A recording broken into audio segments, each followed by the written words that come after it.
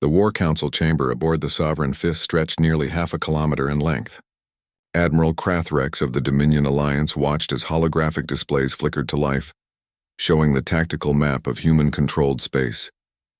His 4 eyes gleamed with satisfaction as red markers indicated the positions of his combined fleet, while the pitiful blue dots representing Earth's defense forces looked scattered and weak. They call themselves the apex predators of their world, Krathrex rumbled, his translator converting his clicks and growls into the common galactic tongue. Yet they have no plasma shields, no quantum drives. Their largest warship carries fewer than 2,000 souls. The assembled commanders from 12 different species erupted in chittering laughter. The Vexier representative, a being of crystalline structure, pulsed with amused colors. Our preliminary scans show they still use chemical propulsion for atmospheric flight. Chemical propulsion! My hatchlings build more sophisticated toys. Beneath the laughter, however, sat a nervous tension. Humanity had rejected the Dominion's generous offer of vassalage 3 cycles ago. They had killed the diplomatic envoy, sent his ship back in pieces, and transmitted a simple message across all frequencies that had stunned the galaxy into silence. Come and take it. No species had ever refused the Dominion. The last to try, the Borkathi Collective, had been reduced to pre-industrial subsistence within a solar week. Their cities still burned in some sectors, a reminder to all who might think resistance possible. Humans are mammals, continued Krathrex, pulling up biological data on the main display. They evolved from persistence hunters on a death world. High gravity, extreme temperature variations, deadly microbial life, violent weather patterns. They are admittedly durable, but durability means nothing against antimatter torpedoes. The tactical officer, a Scythian with 6 tentacles dancing across multiple control surfaces, brought up the latest intelligence reports. Their capital, Washington, D.C., has begun evacuations. Our network indicates panic buying, civil unrest, and government officials fleeing to underground bunkers. They know they cannot win. When do we strike? Asked Commander Thelvik, whose species had joined the Dominion after watching their homeworld's moon vaporized as a demonstration. In 6 standard hours, Krathrex answered. We jump into Terra's system simultaneously from 12 vectors. Their primitive detection systems will not register our approach until we are already in position. We will offer them one final chance to surrender before we begin orbital bombardment of military targets. The plan was elegant in its simplicity. The Dominion had learned from millennia of conquest that destroying a species' homeworld created martyrs and prolonged resistance. Better to break their spirit, occupy their world, and slowly integrate them into the imperial structure. Within 3 generations, humans would be loyal servants, their brief rebellion forgotten except as a cautionary tale. Krathrex dismissed the council and retired to his private quarters. Through the viewport, he could see the assembled armada in formation. 473 capital ships, over 2,000 support vessels, enough firepower to crack a planet's crust or boil its oceans. The largest military force ever assembled in galactic history, gathered to swat down one primitive species that refused to know its place. He poured himself a glass of synthetic brandy, a human vice he had acquired through black market channels. The drink burned pleasantly as it went down. Soon he thought he would taste the real thing, served by defeated humans in the palace they would build for him on their conquered world. His communication console chimed. Admiral, we are receiving a transmission from Terra. Audio only. They are broadcasting on all frequencies. Put it through, Krathrex ordered, curiosity overriding protocol. Static filled the room, then cleared into a human voice. Male, if the intelligence reports were accurate. Young, steady, unafraid. To the Warfleet currently positioning for an attack on Earth. We know you are coming. We have known since you crossed into our system's edge. Your stealth technology is impressive, but we have learned much in the 3 years since you first made contact. Krathrex felt his spines stiffen. Impossible, their quantum baffles were undetectable by any known sensor. Technology, the voice continued, almost conversational in tone. You believe we are primitives playing with chemical rockets and kinetic weapons. You have studied our ships, our defenses, and found them laughable. You are correct. They are laughable. We built them to be laughable.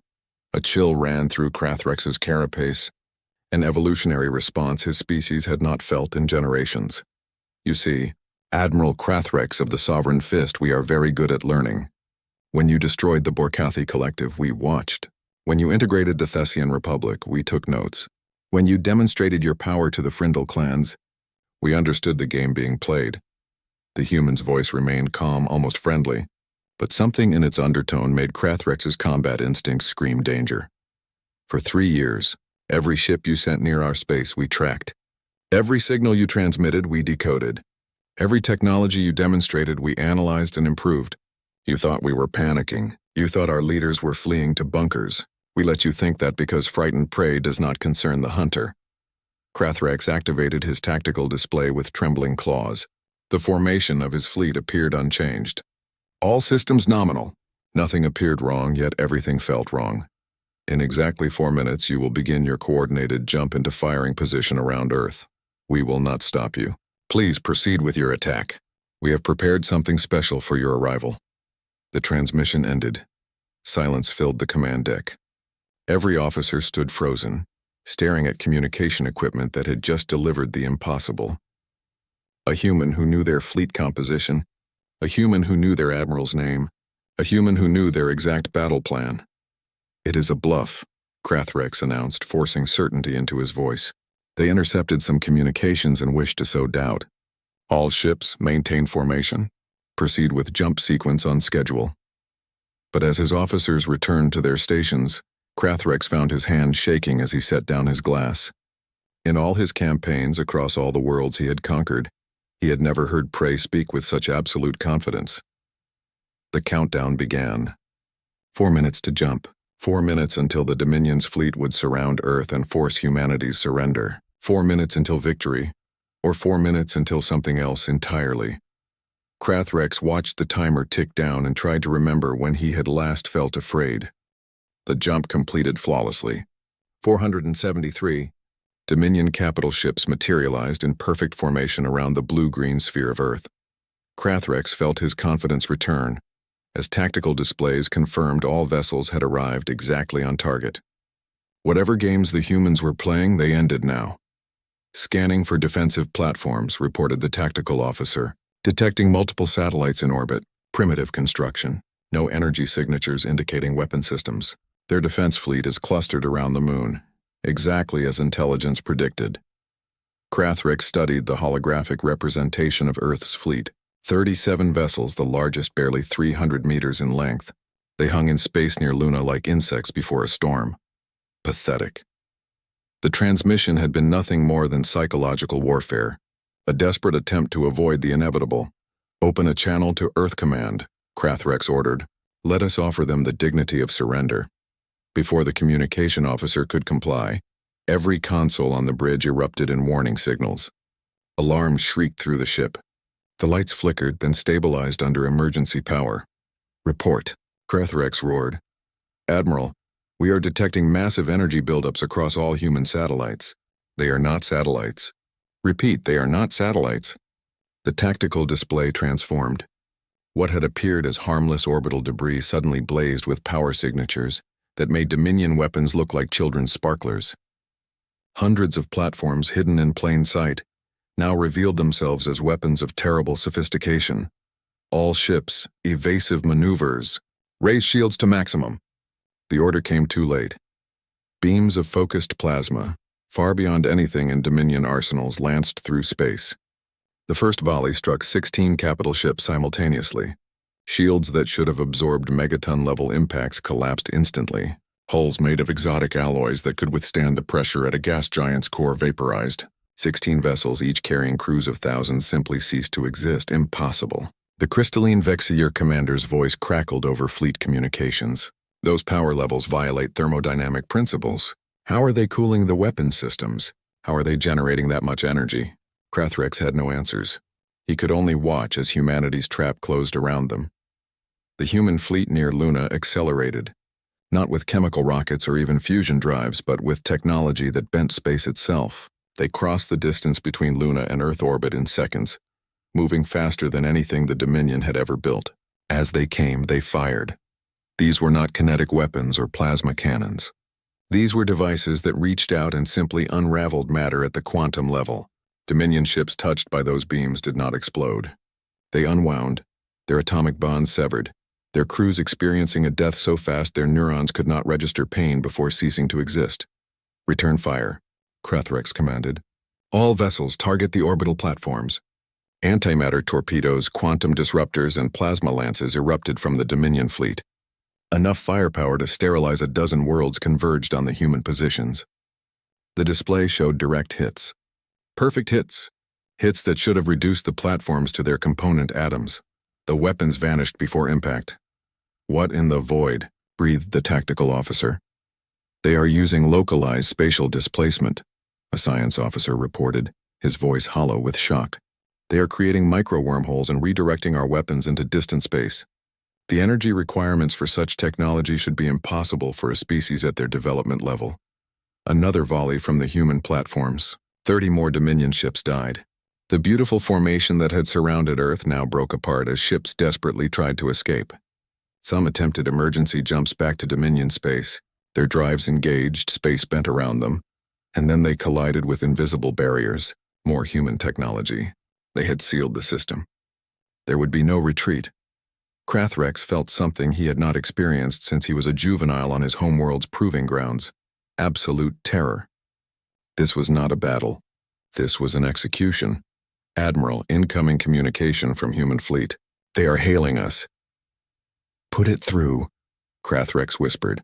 The same voice from before filled the bridge. Still calm, still friendly, still absolutely terrifying in its casualness. "Admiral, you are losing approximately one capital ship every 8 seconds. At this rate, your entire fleet will be destroyed in approximately 43 minutes. I am authorized to offer you an alternative." Krathrex found his voice. "What alternative?" "Surrender. Power down your weapons. Drop your shields. Prepare to be boarded. Your crews will be treated according to the Geneva Convention, which I am transmitting to you now. Those who cooperate will be processed and eventually repatriated. Those who resist will be eliminated.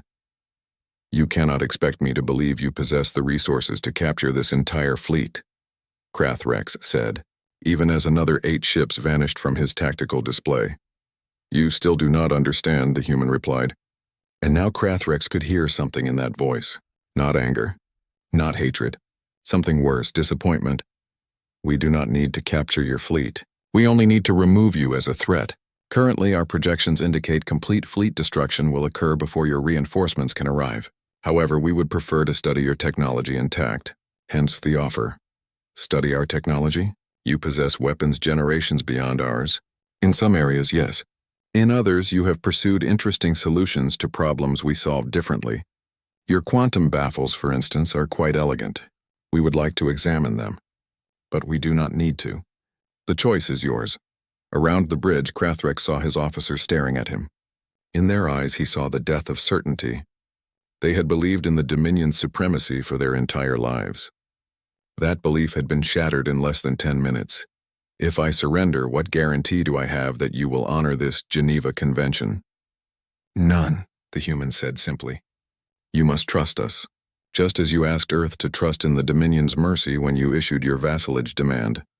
Krathrex thought of the Borkathi collective, burned to ash. He thought of the Thessian Republic, their culture erased. He thought of all the species the Dominion had conquered, integrated, destroyed. And he thought of how humanity had watched it all, learned from it all, and prepared a response. "How?" he asked. "How did you build all this in 3 years?" "We did not build it in 3 years, Admiral. We built it in 3 centuries. But your ships, your technology, our scouts observed chemical rockets. Primitive defenses. We let them observe what we wanted them to observe. Humans are very good at deception, Admiral. It is what happens when you evolve on a death world where almost everything wants to kill you. You learn to hide. You learn to wait. You learn to strike when the predator believes you are helpless." Another volley. 15 more ships died. "I need time to consult with my commanders," Krathrex said. "You have 3 minutes. After that, we will assume you have chosen destruction. We will respect that choice." The transmission ended. Krathrex looked at his tactical display. Over 100 ships already gone. His beautiful fleet, the pride of the Dominion, reduced to scattered debris orbiting a planet they had come to conquer. In the viewport, Earth turned slowly, blue and beautiful and utterly terrifying. He had 3 minutes to decide whether to surrender to primitives or die with honor. The timer began counting down. Krathrex stood before the assembled emergency council. Not in a grand war chamber this time, but in a cramped conference room aboard what remained of his flagship. The holographic connections flickered with interference from the ongoing bombardment. 12 commanders had entered Earth's system. Only 8 remained alive. "We must surrender," Commander Thelvik said immediately. His voice carried none of its usual military precision. "My ship has lost main power. Auxiliary systems are failing. We cannot fight what we cannot understand. We cannot surrender to primitives." The Vexier commander's crystalline body pulsed angry red. "The Dominion has never bent knee to any species. If we surrender now, every vassal world will see weakness. The Empire will fracture within a generation. If we do not surrender, there will be no one left to return to the Dominion," Krathrex said quietly. He pulled up the casualty reports. The numbers made him physically ill. 137 capital ships destroyed. Over 400,000 crew members dead. "We have been in combat for 14 minutes. The Scythian tactical officer attending via emergency link added his perspective. "I have analyzed their attack patterns. They are deliberately targeting command ships and vessels with the most advanced weapons systems. They are not simply destroying us. They are harvesting data. Every ship we lose gives them more information about our technology. Then we deny them that information," the Vexier commander insisted.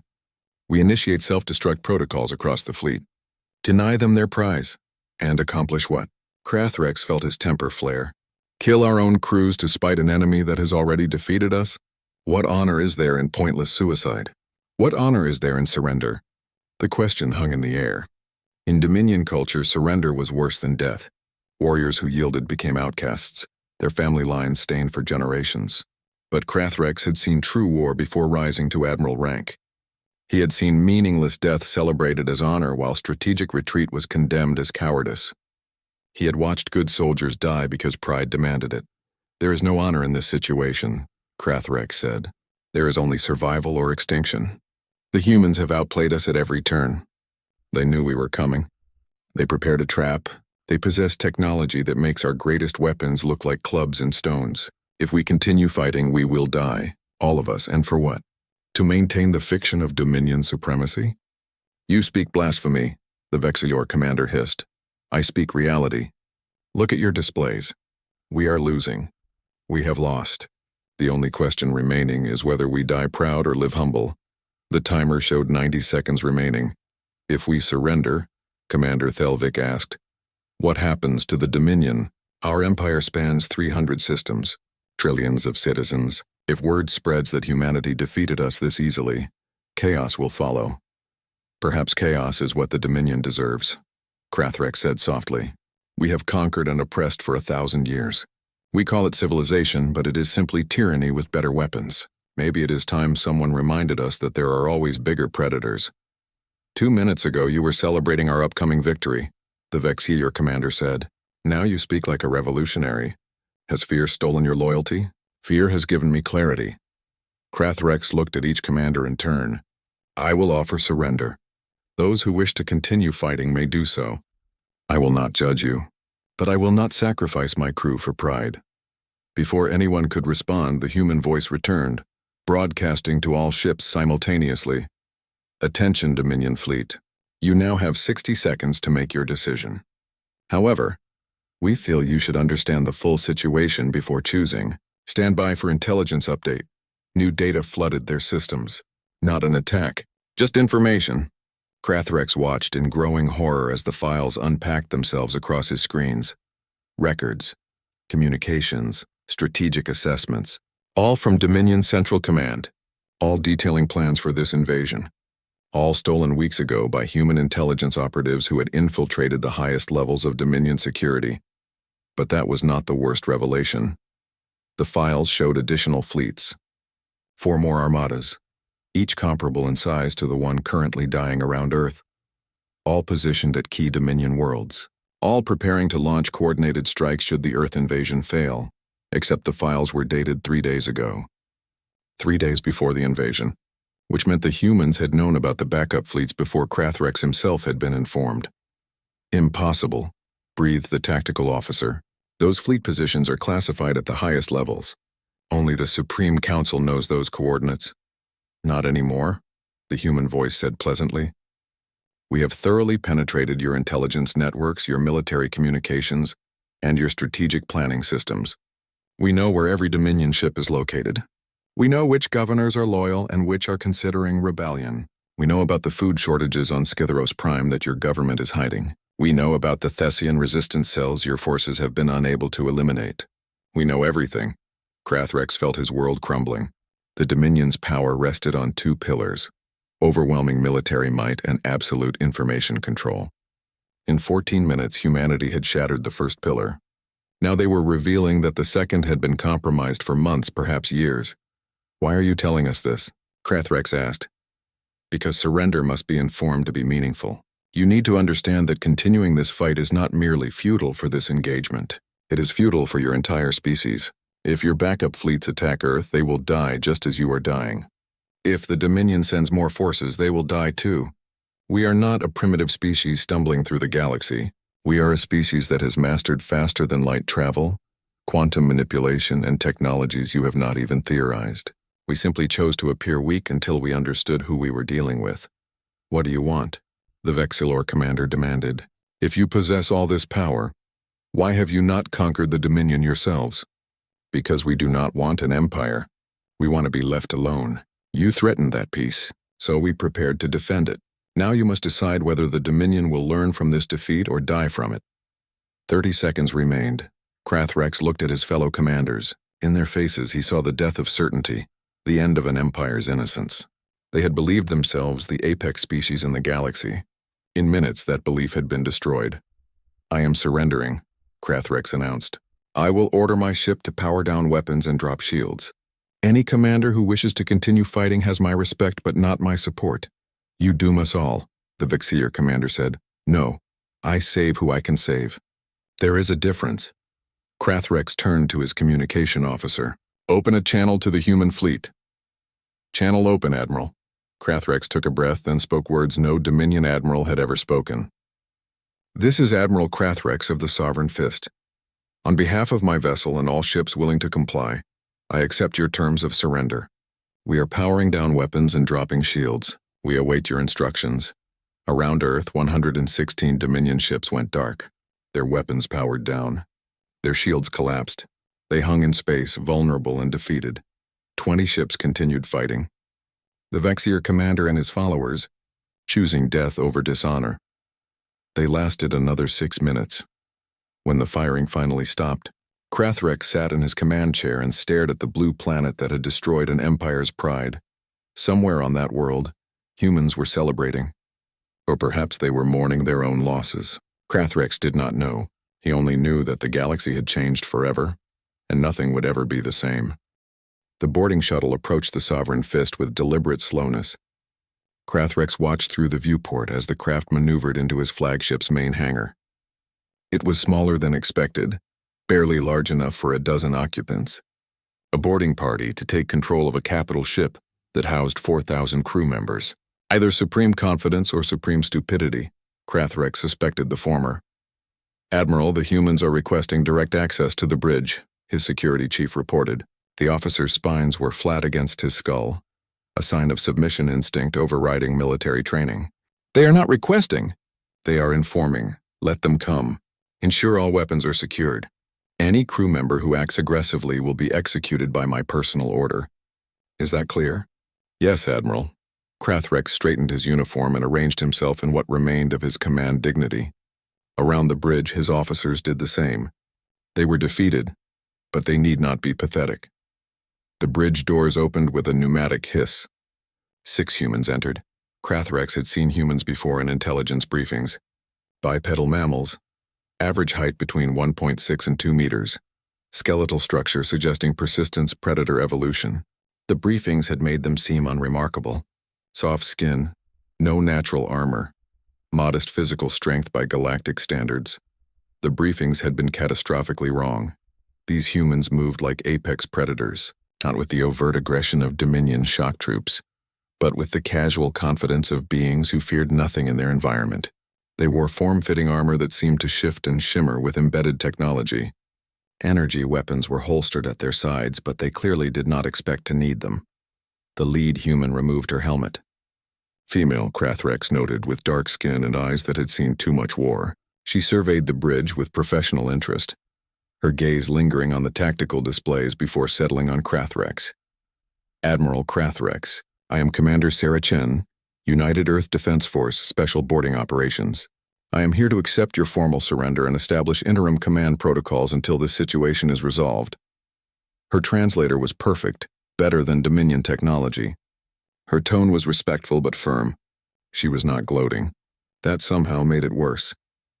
The Sovereign Fist is yours, Commander Chen, Krathrex replied. My crew has been ordered to comply fully with your instructions. What are your intentions? We will be installing monitoring equipment on critical systems. Your crew will remain at their stations under human supervision. We need to prevent any attempts at self-destruct or sabotage. Once the fleet situation is stabilized, we will begin processing prisoners according to the conventions I transmitted earlier. And then what? Do you plan to parade us through your streets as trophies? Commander Chen's expression softened slightly. No, Admiral. We plan to feed you, treat your wounded, and eventually send you home with a message for your government. What message? That humanity is willing to coexist peacefully with the Dominion, but we will not be subjugated. Further aggression will be met with increasingly severe responses. This was a warning. Next time will be annihilation. Krathrex felt his secondary heart skip. You could destroy the Dominion completely. Why offer peace? Because we are not interested in becoming what you are. Chen gestured to the tactical display showing the debris field of destroyed ships. We take no pleasure in this destruction. Every ship we destroyed contained people with families, dreams, lives worth living. We killed them because they came to kill us, but we would prefer a galaxy where such killing is unnecessary. The Dominion will not accept defeat gracefully. Our culture does not permit it. Then your culture will need to evolve. Admiral, may I speak candidly? I suspect you will regardless of my answer. A slight smile touched Chen's lips. Fair point. Your empire has existed for 1,000 years. You have conquered hundreds of species. You believe this makes you strong. But from our perspective, it makes you fragile. Explain. Chen pulled up a holographic display showing Dominion territory. Your empire is vast, but it is held together by fear and military force. Every species you have conquered waits for weakness to rebel. Every vassal world dreams of independence. You spend tremendous resources maintaining control, resources that could be used for scientific advancement, cultural development, or peaceful expansion. This is the natural order. The strong rule the weak. Is it? On Earth, we tried that philosophy many times. Empire after empire built on conquest and subjugation. The Mongols, the Romans, the British, the Chinese dynasties, all fell eventually. We learned that lasting civilization requires cooperation, not domination. Mutual benefit, not exploitation. Idealistic philosophy from a species that just destroyed 100 ships. We destroyed them because they came to destroy us. That is not philosophy. That is survival. But survival and philosophy need not be contradictory. Chen moved closer and Krathrex fought the instinct to retreat. Admiral, humanity spent 3 years preparing for this moment. We could have built weapon platforms and hidden them. That was our defensive strategy. But we also prepared diplomatically. We have made contact with every species the Dominion has oppressed. We have offered technology, support, and alliances. If the Dominion chooses to escalate this conflict, you will not only face humanity, you will face a united front of every species tired of living under your rule. Krathrex felt ice forming in his core. You have been building a rebellion. While we watched your pitiful fleet and laughed, you were undermining our empire. We were offering freedom to those who wanted it. There is a difference. You are a threat to everything the Dominion represents. Yes, we are. And that is precisely why the Dominion must choose carefully what happens next. One of Chen's team members approached and murmured something in rapid English. Chen nodded and turned back to Krathrex. The rest of your fleet has been secured. We are beginning medical evacuation of critical casualties. Your wounded will receive the same quality of care as ours.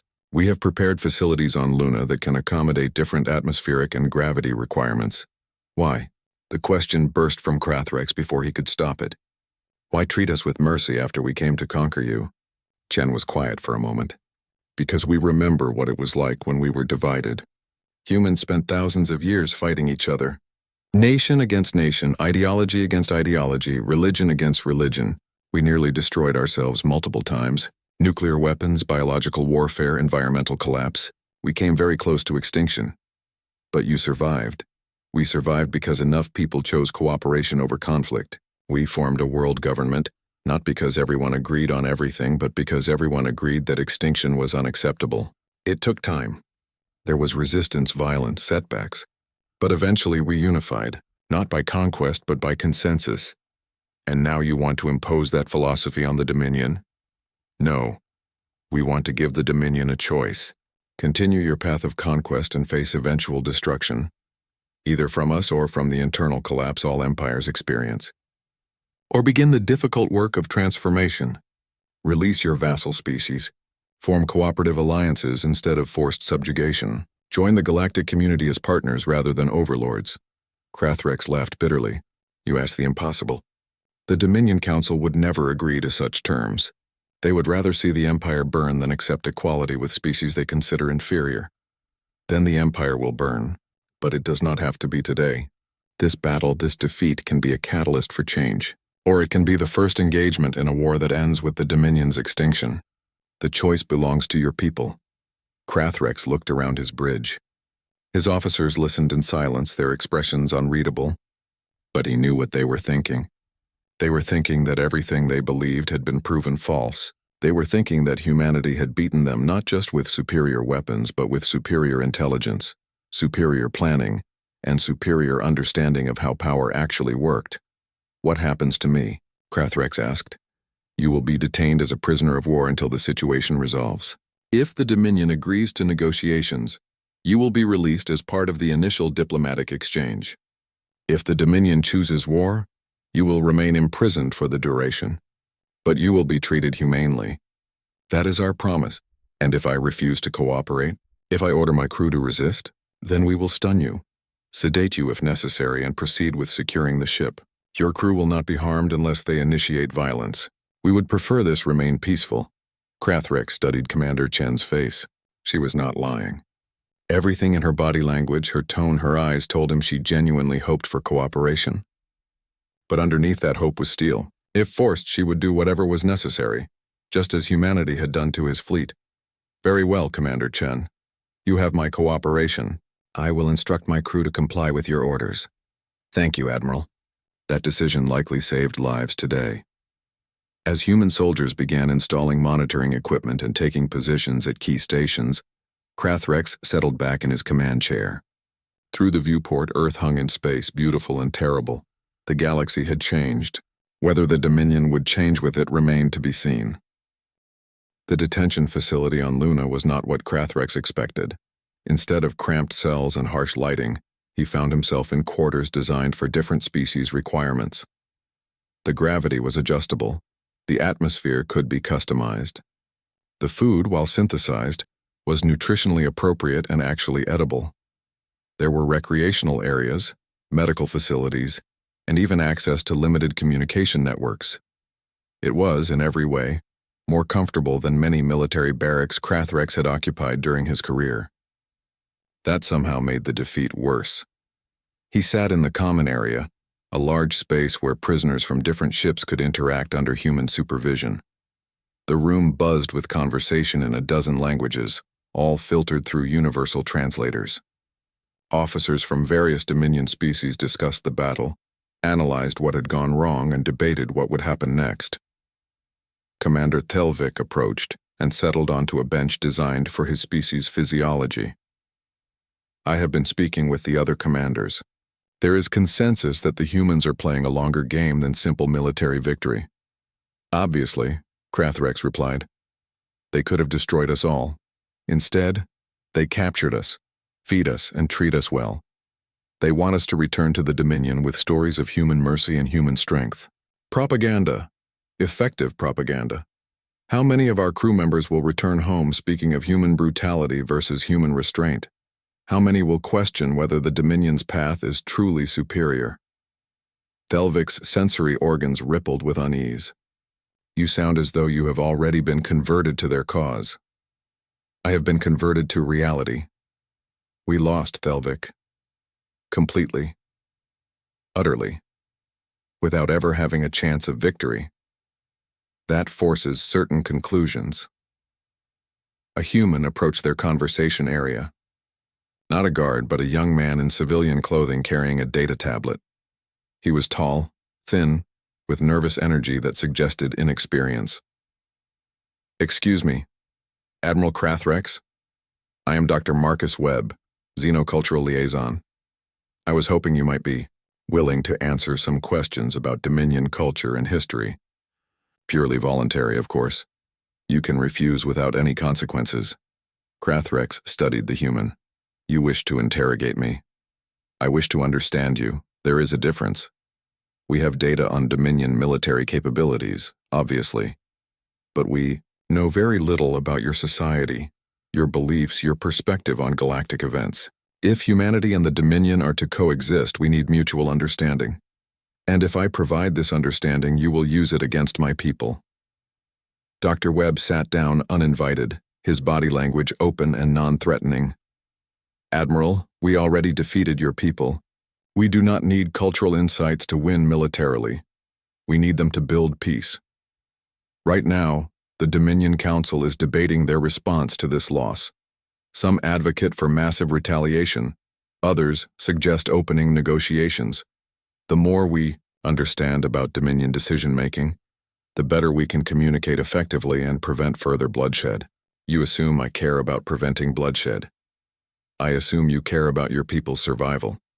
Everyone I have interviewed speaks of your reputation as a pragmatic commander, someone who values results over ideology. That is why I wanted to speak with you specifically." Krathrex felt a flicker of curiosity despite himself. "What do you want to know?" "Let us start simple. Why did the Dominion begin conquering other species? What was the original justification?" "Survival," Krathrex said immediately.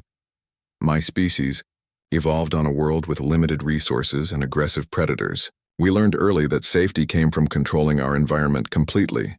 When we achieved space travel and encountered other species, we applied the same principle. Control equals safety. Conquest equals survival. But at some point, conquest became more than survival. It became ideology. Perhaps. Or perhaps the ideology emerged to justify what we were already doing. Dominion philosophers developed theories about natural hierarchy, about the responsibility of advanced species to guide primitive ones. Whether anyone truly believed those theories or simply found them convenient, I cannot say. Dr. Webb made notes on his tablet. "Did you believe them?" "I believed in order. The galaxy before the Dominion was chaos. Species fighting species, resources wasted on endless conflicts. The Dominion brought stability, predictability, structure. Yes, it was enforced structure. Yes, many suffered. But the alternative was worse." "Was it? Or is that what you were taught to believe?" Krathrex felt his spines rise in irritation. "You sit here in your comfortable facility having just demonstrated overwhelming military superiority and lecture me about belief. You know nothing of the chaos that preceded the Dominion." "You are right. I apologize. That was condescending." Dr. Webb set down his tablet. "Let me share something about human history. We have a word. Hegemony. It means dominance by one group over others. Throughout our history, various human nations achieved hegemony. They always justified it with noble rhetoric, bringing civilization to savages, spreading the true faith, manifest destiny, the white man's burden. Every empire believed it was bringing order to chaos. And were they wrong? Usually, yes, because their order was imposed, not chosen. It benefited the conquerors far more than the conquered. When those empires eventually fell, the people they had subjugated did not collapse into chaos. They built their own societies, often more vibrant and innovative than the empires that had ruled them. Humanity is young. You have not seen what I have seen. Species destroying themselves through tribal warfare. Civilizations obliterating their worlds through resource depletion. The Dominion prevents such waste. At the cost of free will. At the cost of diversity. At the cost of letting species make their own mistakes and learn from them." Dr. Webb leaned forward. "Admiral, do you know why humanity advanced so rapidly in technology?" "No. Because we almost destroyed ourselves. Nuclear weapons, climate change, biological warfare. We came within hours of extinction several times. Those near-death experiences forced us to evolve, to cooperate, to innovate. If some alien empire had conquered Earth 1,000 years ago and prevented our conflicts, we would not have learned those lessons. We would have remained stagnant, dependent, controlled, or you would have survived without nearly ending your species. Perhaps. But we would not have been us. We would have been what someone else wanted us to be. Krathrex was silent for a long moment. Around them, other prisoners and human staff moved through the facility, an odd mixture of captors and captives sharing space without apparent hostility. Your Commander Chen said the Dominion must change or die, Krathrex said finally. But change is not simple. Our entire society is built on the hierarchy of conquest. Our economy depends on resources from vassal worlds. Our identity as a people is tied to our role as galactic overlords. You ask us to abandon everything we are. We ask you to become something better. It will be painful. It will take generations. Many will resist. But the alternative is extinction. Not at our hands necessarily, but through the inevitable collapse all empires experience. Better to transform deliberately than to collapse catastrophically. You speak as though you know the future. We know the past, and we know that patterns repeat unless consciously broken. A chime sounded through the facility. Dr. Webb checked his tablet and stood. That is the alert for incoming communication from Earth. Apparently there is news from the Dominion Council. You will be briefed shortly. He left, and Krathrex sat alone with his thoughts. Commander Thelvik had drifted away during the conversation, probably to avoid being associated with collaboration. Others would view Krathrex's willingness to speak with the humans as betrayal. But Krathrex had commanded too many battles to indulge in comfortable self-deception.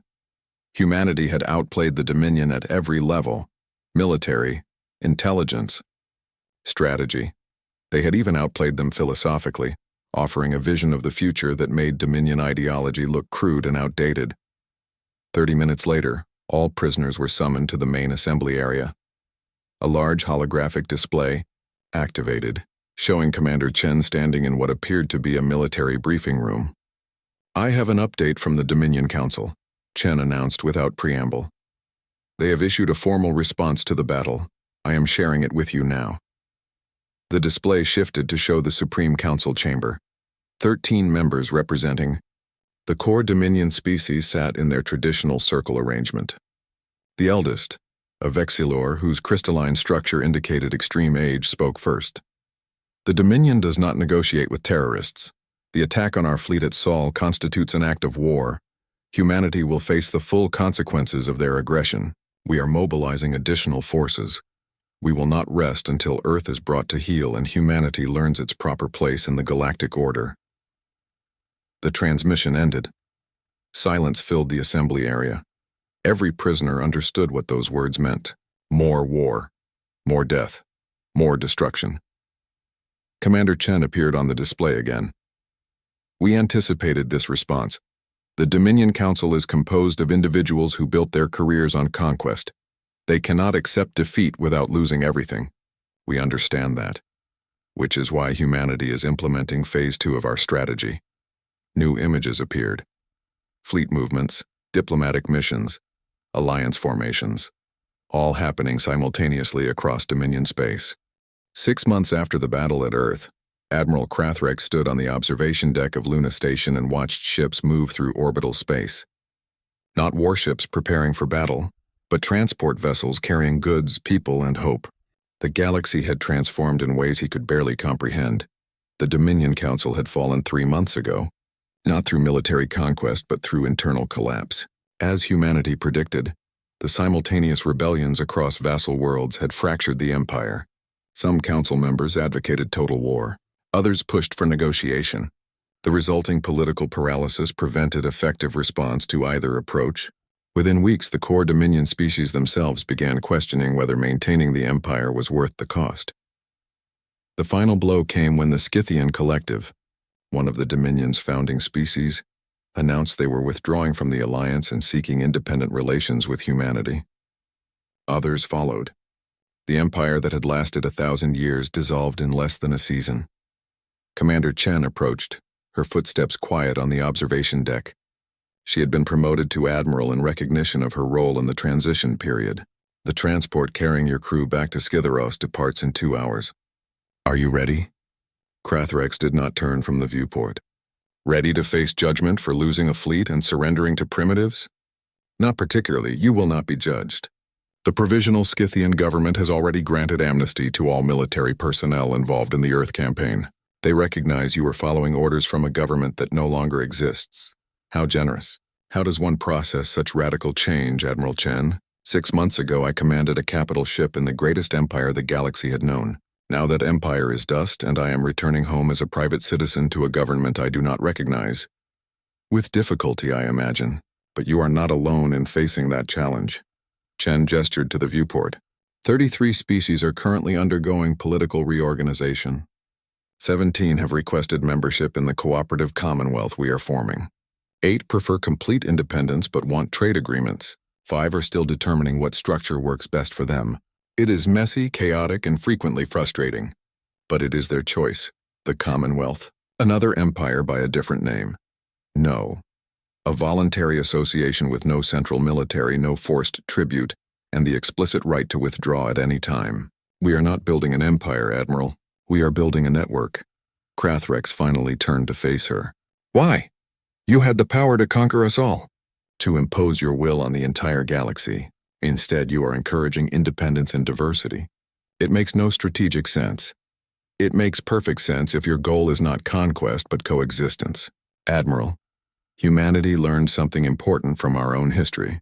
Empires built on force eventually fail, but networks built on mutual benefit can last indefinitely. We want trading partners, not subjects. Allies, not vassals. Innovation comes from diversity, from different species approaching problems in different ways. By preserving that diversity, we make everyone stronger. Idealistic words from a species that just destroyed an empire. We destroyed a structure, not a species. The Dominion's member species still exist.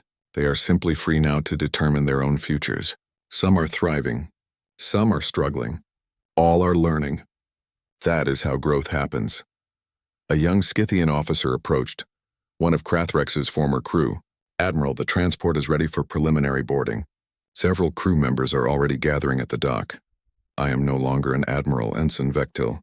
You will always be Admiral to us, sir. You saved our lives by surrendering when others chose pride over survival. That decision matters. After the ensign left, Krathrex felt something strange in his chest. Respect from those he had led into defeat. Appreciation for choosing pragmatism over honor. In the old Dominion, he would have been executed for such choice. In this new galaxy, he was being thanked. What happens now? Krathrex asked. Humanity has restructured galactic civilization in 6 months. What is your next move? Exploration, Chen replied. Now that we are not worried about defending ourselves from aggressive empires, we can focus on what we really want to do. Map new systems. Contact unknown species. Study strange phenomena. Build things instead of destroy them. The galaxy is vast and we have barely scratched its surface. And if you encounter another species like the Dominion, another empire built on conquest, we will offer them the same choice we offered you. Change peacefully or face destruction, but we will offer change first. Always. What if they choose destruction? Then we will accommodate them, but we hope they prove smarter than that. Krathrex looked out at the ships moving through space. He thought of Dr. Webb in their conversations about empire and hegemony. He thought of Commander Thelvik, who had returned to Scytheros 2 months ago and sent word that he was joining the new democratic government. He thought of the future, uncertain and strange, built on cooperation instead of domination. I spoke with several human historians during my detention, Krathrex said. They told me about Earth's 20th century, how your species nearly destroyed itself multiple times, how you developed weapons capable of rendering your world uninhabitable, how you teetered on the edge of extinction for decades. That is accurate.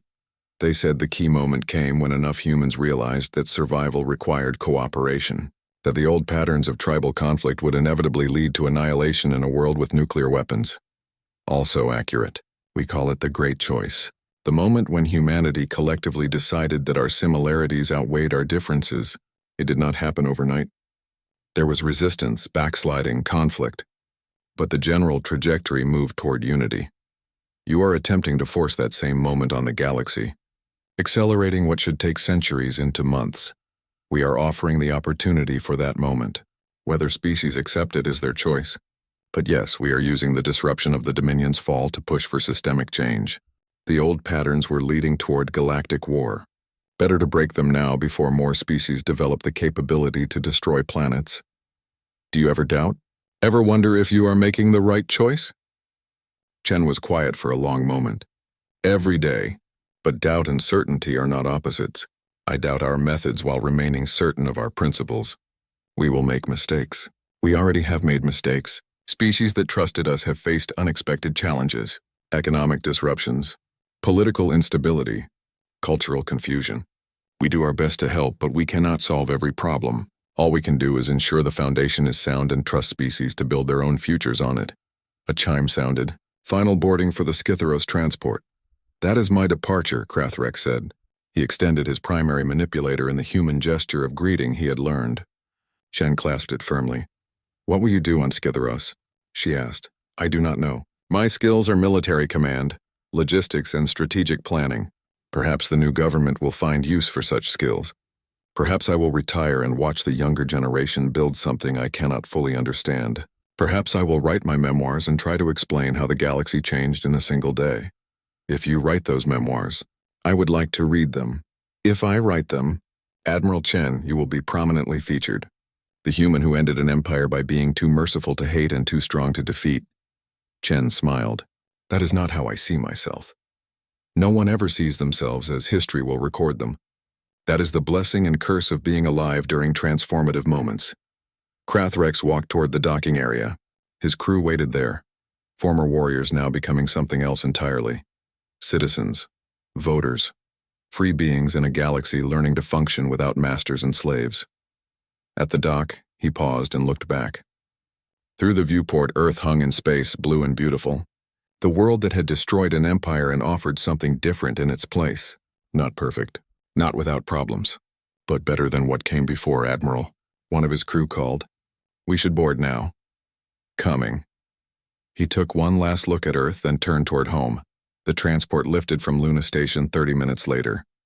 As it accelerated toward the jump point, Krathrex sat in the observation lounge and watched the human system recede. Around him, crew members talked quietly about what they would find on Scytheros. Who would welcome them? Who would condemn them? What future might exist for soldiers from a dead empire? Young Ensign Vectil sat beside Krathrex. Sir, do you think humanity will keep their promises? Or will they eventually become like the Dominion, just with better rhetoric? I do not know, Ensign. But I know this. They had the power to conquer and chose not to. They had the justification for revenge and chose mercy. They had every reason to build an empire and chose cooperation instead. That does not guarantee they will never fall into old patterns, but it suggests they understand something the Dominion never did. What is that, sir? That true strength is not the ability to dominate others. It is the wisdom to know when not to. The transport jumped and the Sol system disappeared into the quantum foam. Krathrex closed his eyes and tried to imagine the galaxy that would exist in 10 years, 20 years, a century, a galaxy without the Dominion.